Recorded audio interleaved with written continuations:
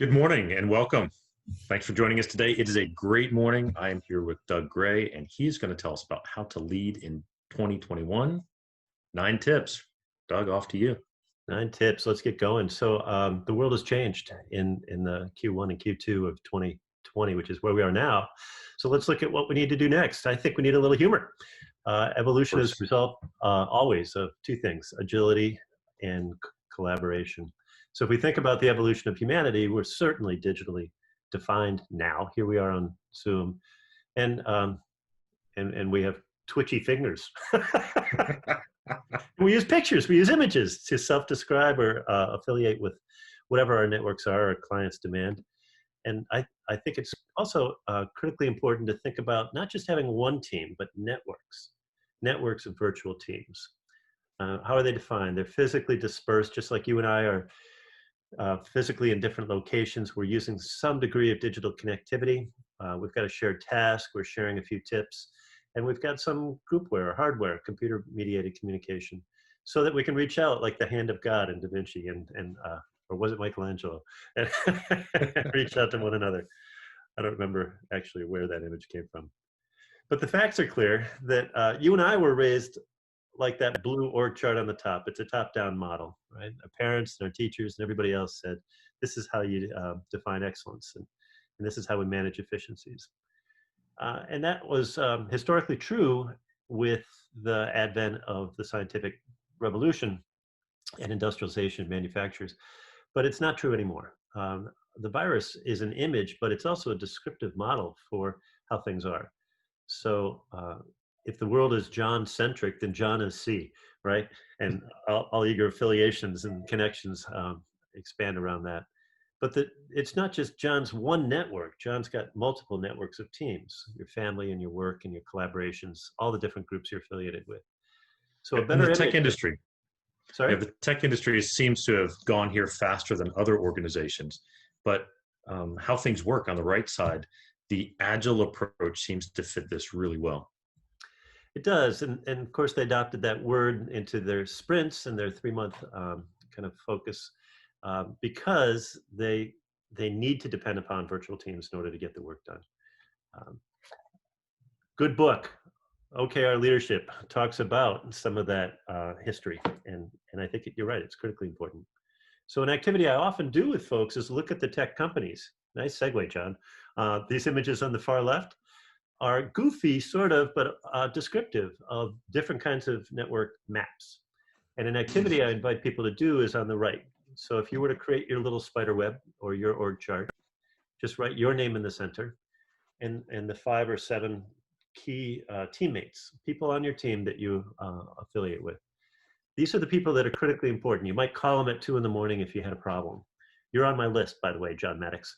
If I had to call someone, you would be my go-to guy, certainly for data analytics and anything related to measurement. Other topics as well because of our friendship. But the point is, many of the people in my audiences can't do this. They've got 2, maybe 3, but they don't have 6 or 8. And the science is very clear. If you've got 6 or more, you are psychologically healthier. So my invitation to everybody watching this is to create a map, a little network. Pause this video and draw your 6 or 8, and then reach out to them on a regular cadence.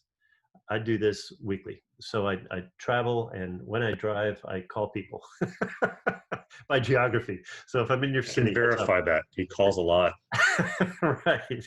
And the reason is this: I know it's important for me and it's important for the other person. So to the degree that we're building a network or teams of networks, we'll be more successful ahead. And I think, and Doug, if you'd go back for just a second, we've got great different structures over here on the left-hand side with all the different companies. If you're curious about this, there's something called social networking analysis. It's actually a way of seeing where your network has hubs, where you have isolated people. If you're interested in that, give us a call. We can help you do that. my first introduction to that was in high school. I took a course through Syracuse University. It was an AP psychology course, and they introduced sociometry and sociograms, and it stuck with me ever since. Because I looked around the classroom and the instructor made the point that there are people that are closer to you. They look just like this. I think it's obvious. It's self-evident in our work world. So what we're really talking about is you defining your team. What should it look like? I might have shared this example with you, but I was at a conference with the Society of Industrial Organizational Psychology, a bunch of nerds.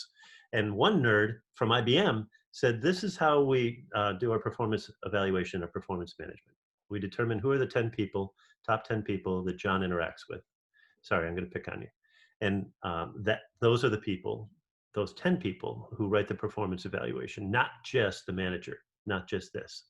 So we're clearly, I think, evolving into an OKR model, a network analysis model, and social network analysis is here to stay. We see it in lots of tech examples. All right, moving on. To that point, you and I have talked about E, E, and O, the three measures of whatever team drivers. And I think there's confusion. I think in history, we've focused on effectiveness, getting the work done, or efficiency. But we haven't always been intentional about outcomes or performance outcomes or behavior outcomes. I think we'll become more intentional ahead because it provides a competitive advantage.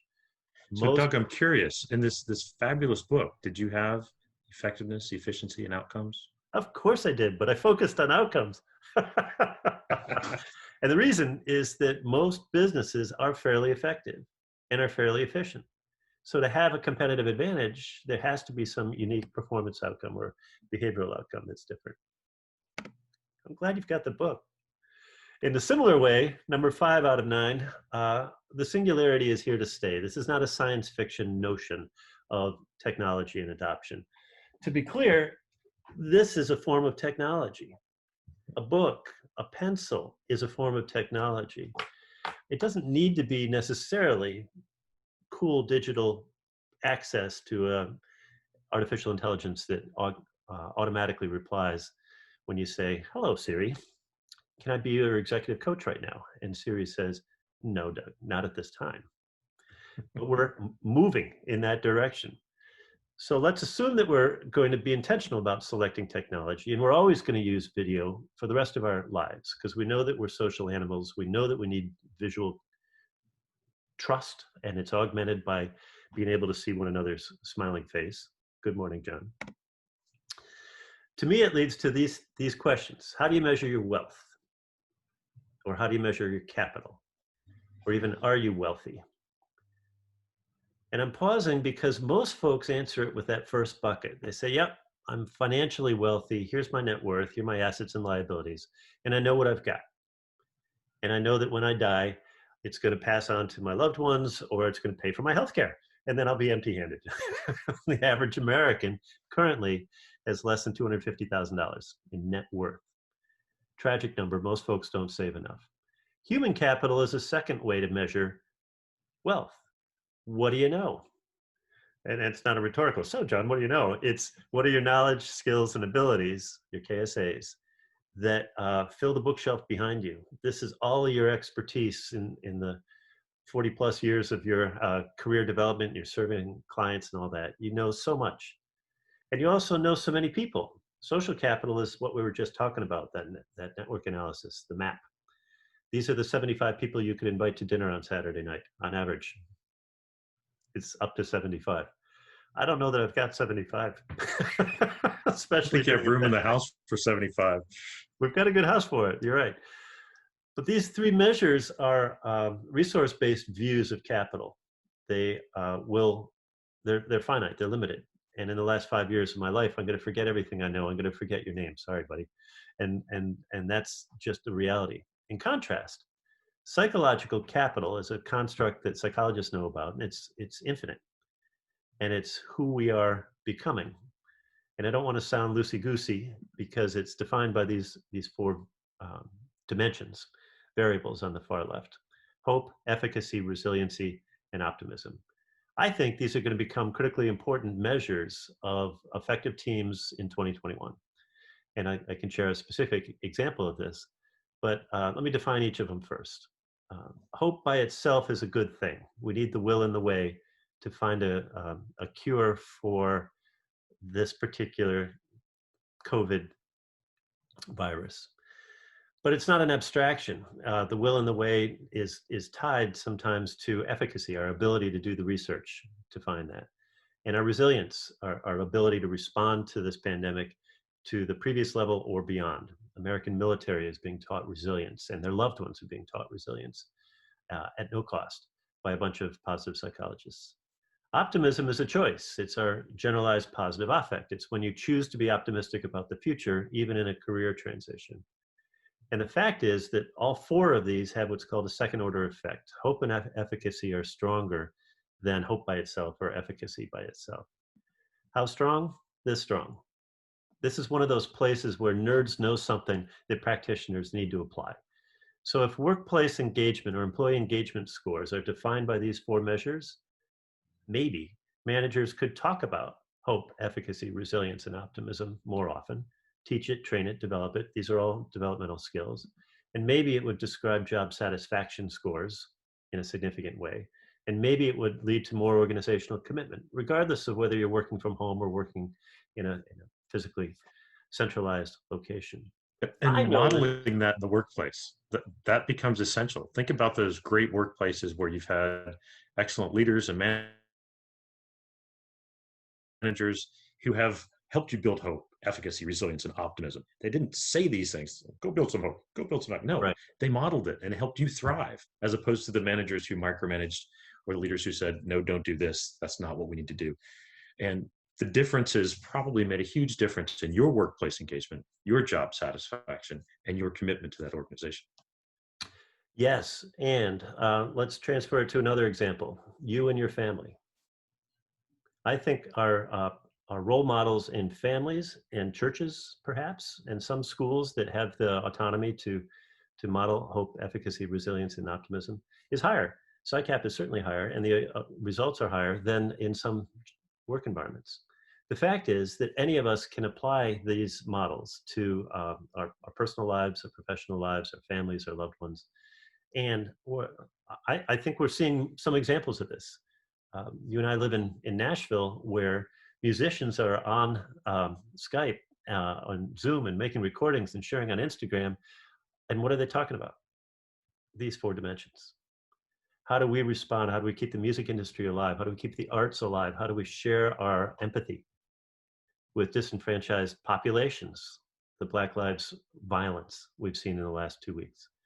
So the point is that if we use these words as vocabulary, we can implement them in our workforce. In fact, you and I have talked in the past about the 9-box that some HR leaders use. I think it's silly, it's destructive, and it's goofy, because I don't know somebody's potential. In fact, it's a goofy model if somebody intentionally doesn't show up to work as often because they're caring for a loved one at home, or a woman's is pregnant. Of course, her potential is differently measured during that period of pregnancy, but that's not reflected in many of these rubrics. So what if we use two objective measures? For instance, PsyCap can be measured, can change over time. And what if we measured performance, low, medium, and high?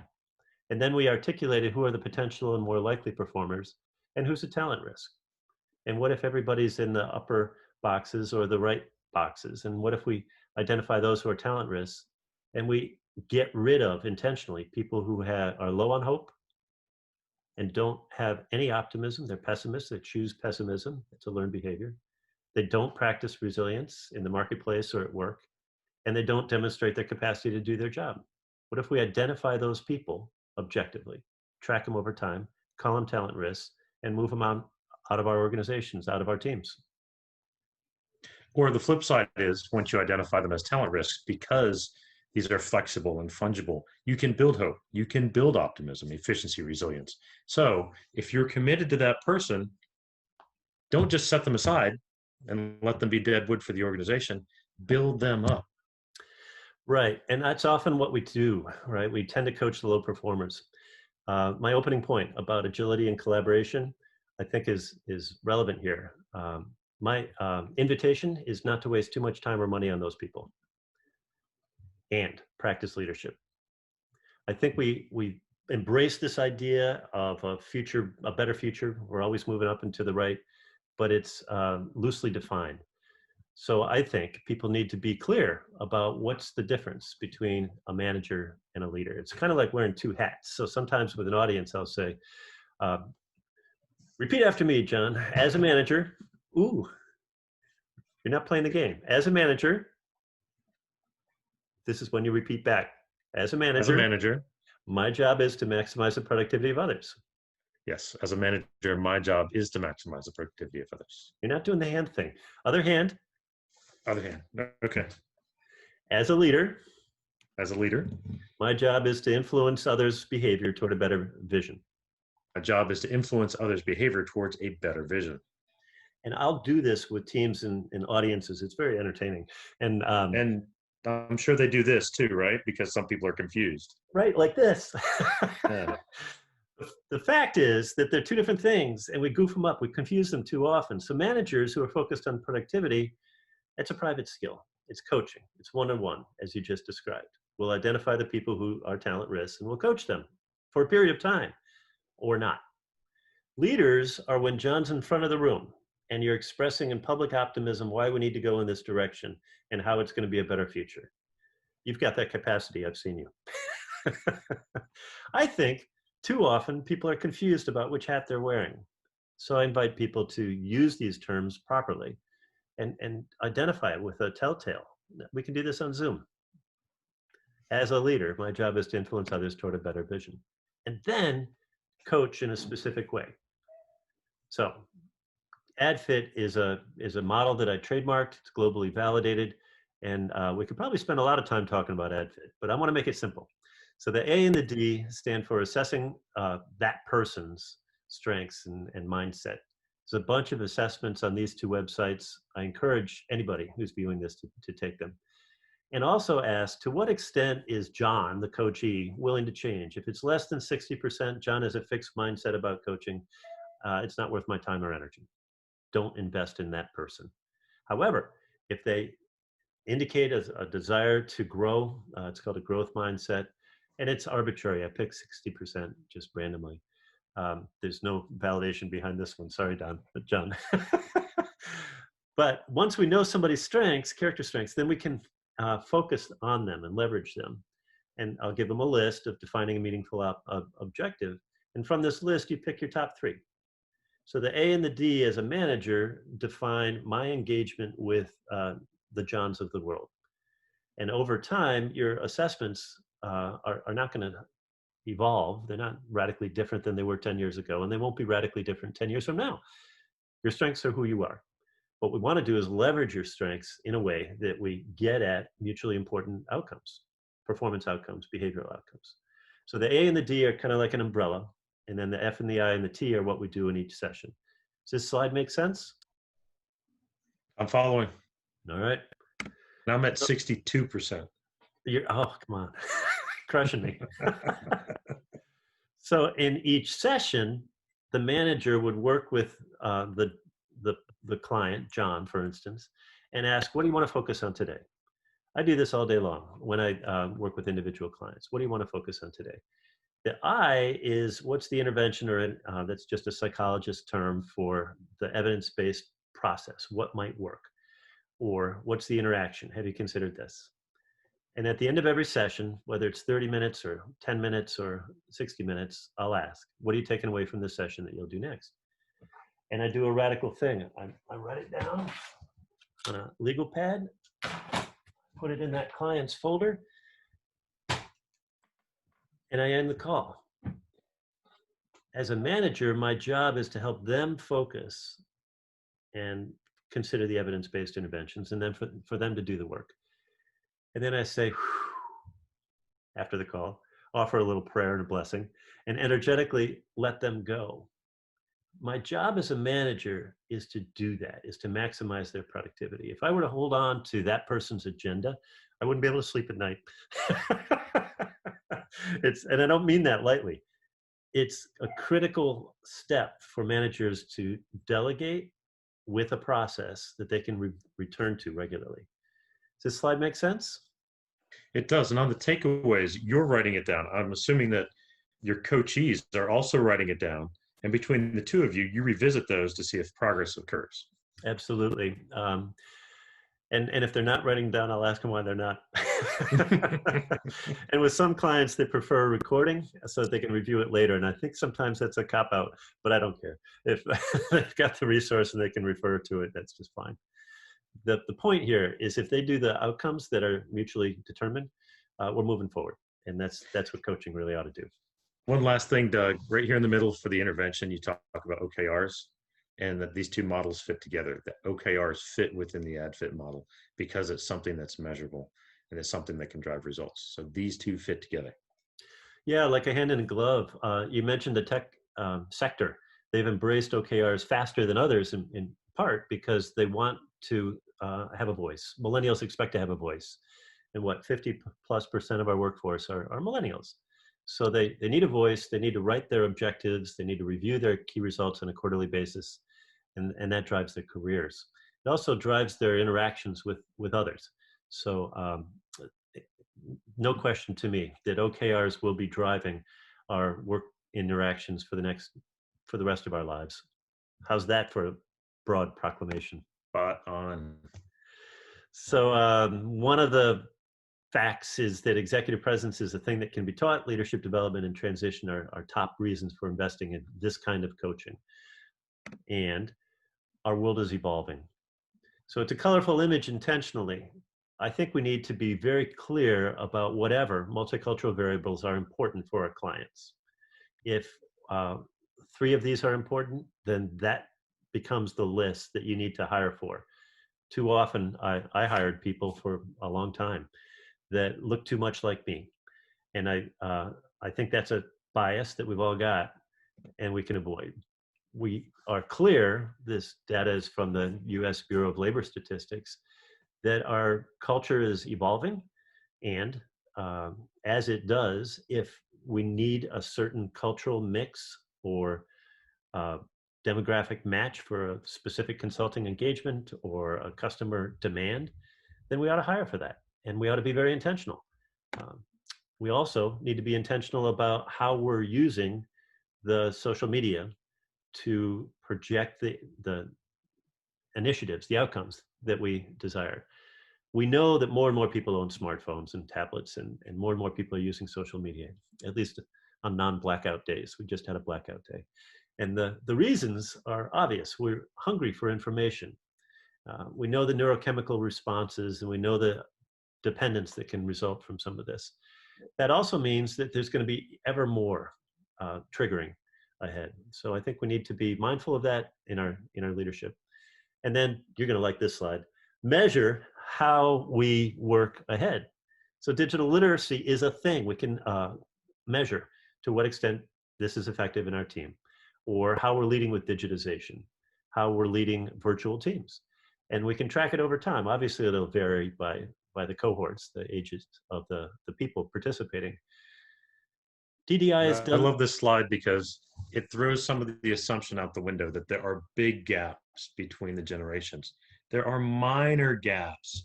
Yes, baby boomers are not as digitally literate as millennials, but the gap is small. You're speaking to my heart, brother. Capable. Yeah. Exactly. So the point is, we'll wrap this up.